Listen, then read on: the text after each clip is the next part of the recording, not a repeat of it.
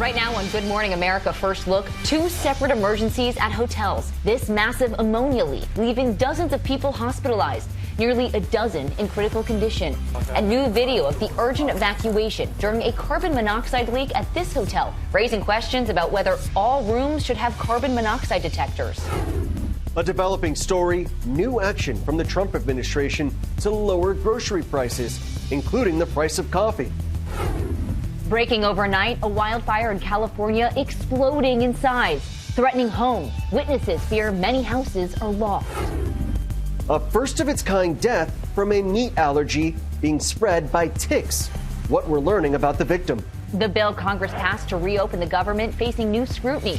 Critics worry it could destroy a $28 billion industry by cracking down on hemp and THC products. Plus, another sports gambling bust, allegedly tied to the mafia. Later, the thieves targeting stuffed animals. And the NFL star taking the field moments after his girlfriend, Cardi B, shares some big news. From ABC News, this is Good Morning America First Look. Good Friday morning, everyone. I'm Sophie Flay. And I'm Victor Oquendo. We begin with two separate emergencies at hotels. One, a carbon monoxide scare. The other involving an ammonia leak, leaving several people in critical condition.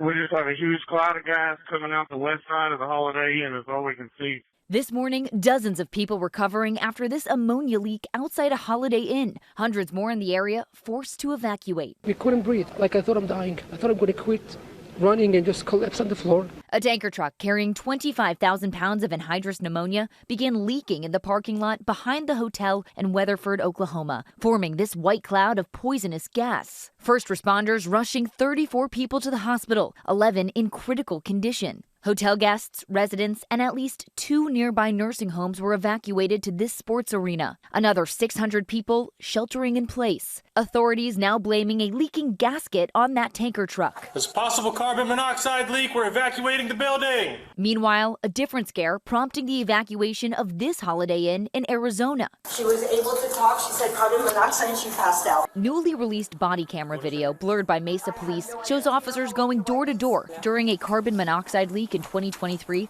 that's now the subject of a lawsuit. Officers finding Tanya Hatch unconscious, her husband by her side.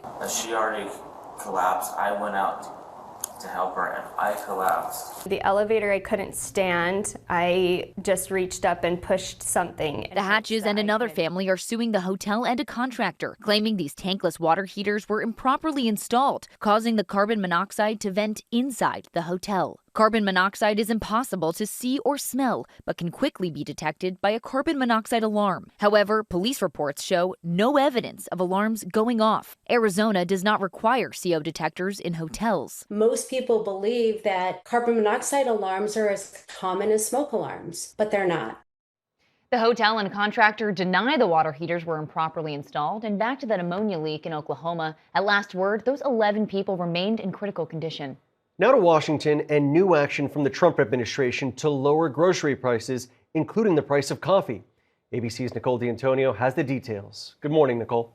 Well, Victor, good morning. Senior administration officials say a framework for a new trade deal has been reached with several Latin American countries to help bring down the cost of staples like coffee and bananas. Both of these have soared over the past year. We know that coffee is up nearly 20%, bananas up 7%. The White House says the new trade deal will lift some reciprocal tariffs, but they're not saying yet just how much this could save consumers. Now, the deal covers 4 countries, Argentina, Ecuador, El Salvador, and Guatemala, with full agreements expected to be signed in about 2 weeks. And it's important to note here, the deal does not include Brazil, which provides about a third of U.S. coffee imports and still faces some of the highest tariffs under Trump's plan. Now, the White House says that weather-damaged crops are still driving up some of those global prices, but they expect some positive effects on prices once those deals take hold. Sophie. Nicole, thank you. Homeland Security Secretary Kristi Noem is handing out $10,000 bonuses to TSA agents now that the government shutdown is over. Noem says agents who went above and beyond by working through the shutdown without pay are eligible. She says the bonus money is coming from leftover Homeland Security funds. The bill that President Trump signed to reopen the government is facing new scrutiny. Critics worry it could destroy a $28 billion industry by cracking down on hemp, a derivative of the cannabis plant. This morning, new backlash to the spending bill that reopened the federal government. The bill is now set to shut down a key part of the booming hemp industry. This is the problem with our government. I mean, this is ridiculous. A last-minute provision to the bill closes a loophole that allowed manufacturers to convert hemp into high-potency THC products through chemical processing, sold with almost no federal oversight. The new provision will cap hemp products at just 0.4 milligrams of THC per serving, a fraction of what's nearly in all products on the market today. Senator Mitch McConnell has been leading the charge to close the loophole. Products more potent than marijuana can be bought off the shelf of a gas station. More than 8,400 children were treated in U.S. emergency rooms for cannabis poisonings between 2018 and 2023, but some lawmakers have joined those in the hemp industry pushing for regulation, not prohibition. We've been fighting for actual regulation since day one at Delta. Industry leaders say the economic impact could be massive. There's $28 billion in money that flows through the industry, and over 300,000 people that are directly related to employment. With younger customers drinking less alcohol, some breweries turn to THC beverages to keep their businesses afloat. We would be gutted. It would be devastating to just put a prohibition on it. And one hemp farmer who called into C-SPAN says the change could shut down her business. I make a jar of joint and muscle salve. It has 3,000 milligrams of CBD.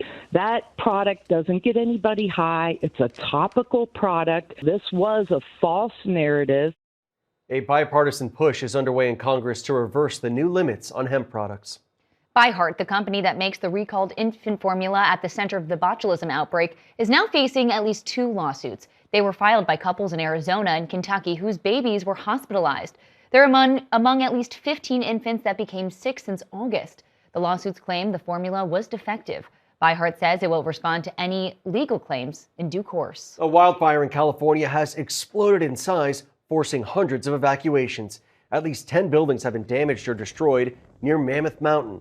The wind is fueling the fire, which has burned 3,400 acres. People fleeing down a local highway could barely see through all that smoke. One homeowner says she had fewer than 30 minutes to pack up and go. Now rain is moving in, and there's a flood watch for LA and San Diego. We'll check your forecast in a few moments.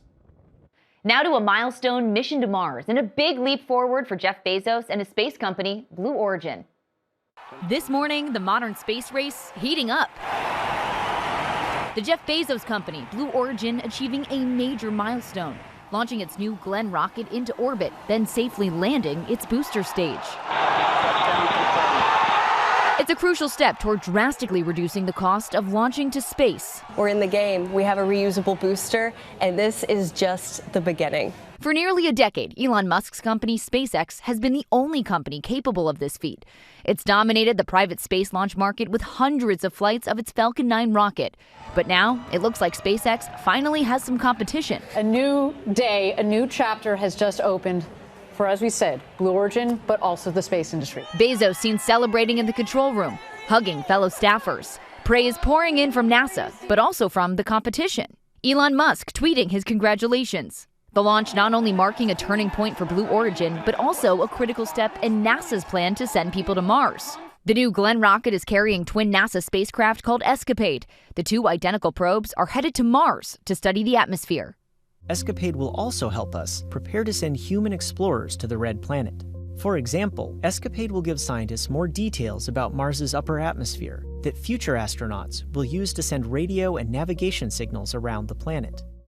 With this success under its belt, experts say Blue Origin could now secure more contracts and chip away at the dominance of SpaceX. Time now for your Friday weather.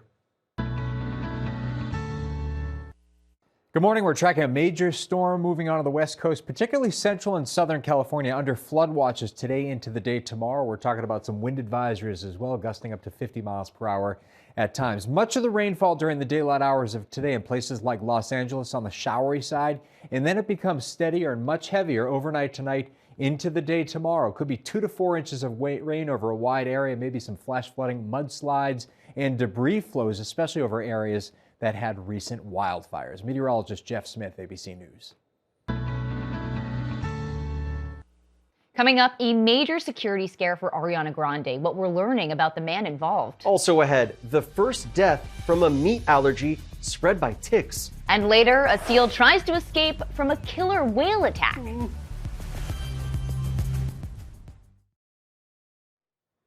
Back now with new video from that frightening incident for Ariana Grande, a man charging at the actress during a movie premiere in Singapore. Wicked co-star Cynthia Erivo springing into action to protect Grande. The man was identified as a social media personality. He later posted he's free after being arrested, but he could face 3 months in jail. A new study links ultra-processed food to colon cancer in younger women. Harvard researchers say women who eat things like packaged snacks, processed meats, and sugary foods were up to 45% more likely to develop precancerous growths in the colon, tumors that can lead to cancer. Diets higher in sugar and artificial sweeteners were most associated with higher rates of those tumors, followed by diets high in sauces and condiments. Doctors are confirming a first-of-its-kind death from a tick. A man dying because of a meat allergy he suffered after a tick bite. Here's ABC's Andrea Fujii. This morning, a New Jersey man is the first known person to die after a tick bite triggered a severe meat allergy. This is really something that, people should be aware of and physicians should be aware of. The 47-year-old went camping with his family in 2024 and got violently ill after eating a steak. He recovered, but 2 weeks later, he ate a hamburger and again got very sick, then died. The autopsy said his death was unexplained. Then his wife had his blood tested at the University of Virginia, where researchers determined he had an allergy called alpha-gal syndrome, caused by the bite of the Lone Star tick. What happens is people develop a hypersensitivity or an allergy to this carbohydrate that is found in animal meat. And what triggers this hypersensitivity or this allergy, so to speak, is a bite from the Lone Star tick. Lone Star ticks are mainly found in the Northeast, South, and Midwest. They have a white dot or Lone Star on their back. Tick populations in general have been on the rise and are spreading to more of the U.S. One factor? Climate change, including milder winters. As for alpha-gal syndrome, doctors say it is treatable. Prevention is key. If you're out in wooded areas where Lone Star ticks are prevalent, it's really important to wear long sleeves, long pants, tick repellent. Prevention really is the best medicine here. The victim had no known medical history. Alpha-gal syndrome is rare, but if you notice yourself getting sick shortly after eating meat, speak with your doctor. Victor, Sophie. Andrea, thank you. Coming up, good night for Bad Bunny. Also ahead, another sports gambling bust allegedly tied to the mafia.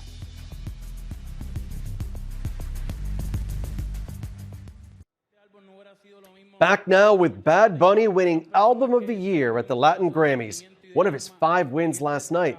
The Puerto Rican superstar also nominated for 6 Grammy Awards. He's headlining the Super Bowl halftime show in February. The Trump administration is reportedly considering obesity as a reason to deny foreigners a visa. Several media outlets posted the new directive from Secretary of State Marco Rubio, which also lists diabetes as a cause for rejection. They're apparently leaning on a rule that bars people from entering the country if they're likely to eventually need public assistance. Now to authorities claiming they've busted another sports gambling ring, once again claiming the mafia is involved. Authorities say these are the 14 people busted in a multi-million-dollar illegal betting ring in New Jersey. The alleged ringleader, Joseph Perna, known as Little Joe, is, according to investigators, a member of the Lucchese crime family. Organized crime families seem to have a hard time breaking this old habit, so we're going to break it for them. The indictment claims Perna, his sons, and recent college graduate students made millions off people they recruited to bet on sports. They effectively recruited younger gamblers or players that they knew would be able to pay up, or those that they could leverage payment from, namely college students and student athletes. At least 2 of the men charged are former college athletes, including a well-known wrestler. Several of the defendants deny wrongdoing, and a lawyer for Perna's son calls the allegations false.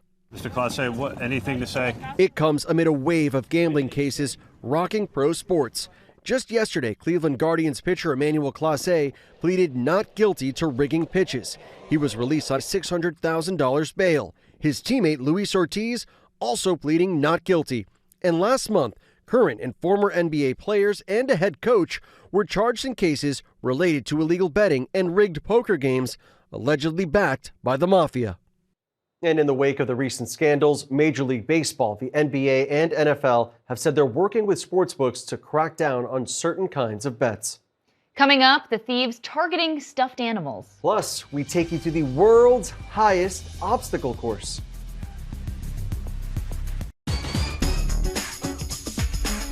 Time to check the pulse, and we begin with the Jets, the Patriots, and their newest fan. We'll explain, but first, the Patriots' Trevion Henderson scored all 3 of the team's touchdowns. It was just too much for the Jets. Patriots go on to win 27-14. Stephon Diggs caught the Patriots' first pass of the night moments after his girlfriend, Cardi B, confirmed the birth of their son. In baseball, Shohei Ohtani has been named the National League's most valuable player. A couple good years for him. He's won the MVP and the World Series the last 2 years. And in the American League, Aaron Judge is the MVP for the 3rd time. Next up, being an Oscar voter is getting a little more time-consuming. That's because voters will now actually have to watch all of the nominated films in a category before they vote. The Academy will track viewing through its private streaming service. Insiders admit it's an honor system. 3 men are under arrest accused of a bizarre break-in at a famous amusement park in New York. Police say that the men went on a vandalism spree at Rye Playland, stealing 200 stuffed animals in the middle of the night and also causing $57,000 in damage. Next, we love this story, a little seal trying to escape from killer whales. A wildlife photographer off Seattle captured video of this pod of orcas hunting a harbor seal, and suddenly the seal, in a fight for survival, jumped onto the boat. After about 30 to 40 minutes of them, engaging in hunting or hunting practice with the seal, it had noticed our boat and made a beeline for us. She was worried when the seal fell off the boat just as the orcas were passing by, but moments later, the seal was back and hung on until the coast was clear. And finally, what's being called the world's highest obstacle course. You gotta see this. It's 3 guys. They have these wingsuits doing all kinds of crazy stuff, thousands of feet in the air, including flying through those targets. Red Bull says that they filmed this across 8 countries. Clearly, not for the faint of heart. Whoa. Top headlines next.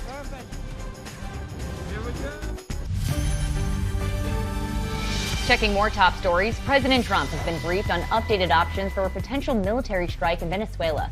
Sources say the briefing itself is not an indication that an attack is imminent. The U.S. has been ramping up attacks on alleged drug smugglers in the region. A pregnant woman is among the people injured after a deadly attack by Russia on Ukraine's capital city.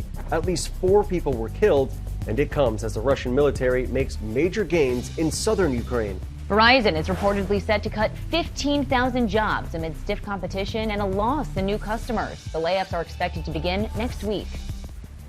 Legendary Bay Area football coach John Beam is in critical condition after being shot at Laney College in Oakland. John Beam is the athletic director, but his 45-year football coaching career was part of the Netflix show Last Chance U. Police are searching for the shooter. No word on a motive. Today's weather, showers in New England, rain and possible flash flooding in Southern California. Evacuation warnings are posted in recently burned areas. And finally, learning lessons from music. It is one teacher's specialty, and he spoke with Danny New.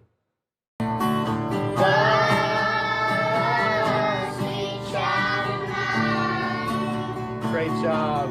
An elementary school teacher in Indiana picking up millions of views online for showing his students the classics. Do you feel like School of Rock a little bit? I lean into it. Matt Hart here has spent the past 2.5 years giving his students at Hebron Elementary School a little music project each week. I grab my guitar and just on a Monday, I would say, okay, this is what we're going to be working on. And has been surprised to hear how much they have taken to the songs he grew up loving. Now Matt says he has had a whole new tool in the classroom. He could use a Foo Fighters song to start a discussion about heroes. Let's do some spelling. R-E-S-E-C-T. Or this Aretha Franklin classic to get a spelling lesson going. If you're teaching first graders to read, it's the best. So, Miss Aretha Franklin, thank you very much for that song. I think we also have to thank Otis Redding, because I believe he wrote Restore. As you can tell, Matt does not like to show the students' faces on camera, but the sound of their voices has been enough for folks on social media. One commenter writing, "Oh my, the tears are flowing."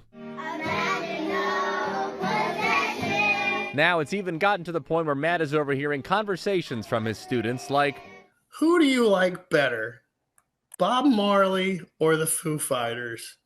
And I just went, my job's done. So when Matt started this 2.5 years ago, guys, he was teaching first grade, but this year the school actually asked him to officially become a full-time music teacher. I see their thinking there. Thanks, Danny, and that's your Good Morning America First Look. Have a great day.